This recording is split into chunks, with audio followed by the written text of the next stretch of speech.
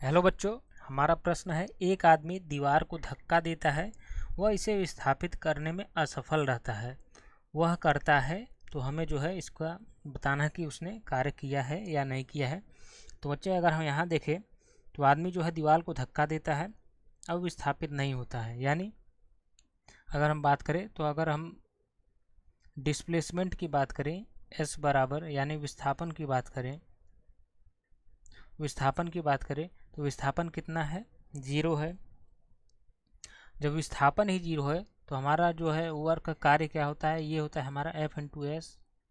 और यहाँ पर जो हमारा विस्थापन ही 0 है तो ये कितना हो जाएगा, वर्क बराबर यानी ये 0 हो जाएगा। अगर हम यानी दीवार को धक्का देने में एक बल लगाते हैं तो बल का मान तो हमने कुछ लगाया है, लेकिन बल लगाने पर जो विस्थापन है, विस्थापन तो हुआ ही नहीं, तो यहाँ पर विस्थापन कितना हो गया, 0। तो हमारे जो टोटल वर्क है वो कितना हो जाएगा, यानी 0 हो जाएगा।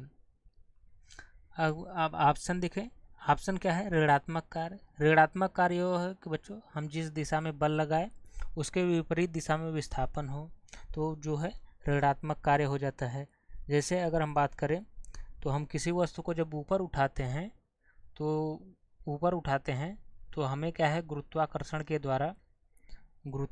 द्वारा उस पर जो किया गया कार्य है, यानी जब हम उठा रहे हैं तो गुरुत्वाकर्षण क्या है, नीचे की ओर, तो उसके कारण जो किया गया कार्य कैसा होता है, वो नेगेटिव होता है। धनात्मक कार्य, धनात्मक वो कि जिस दिशा में हम बल लगा रहे हैं उसी दिशा में विस्थापन हो रहा है। जैसे हम किसी बॉक्स को कुछ दूरी तक ढकेलते लेके जाएं तो ये हमारा बिल्कुल कार्य नहीं, अधिकतम कार्य।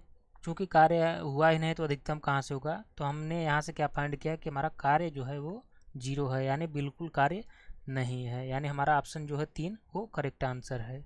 Thank you.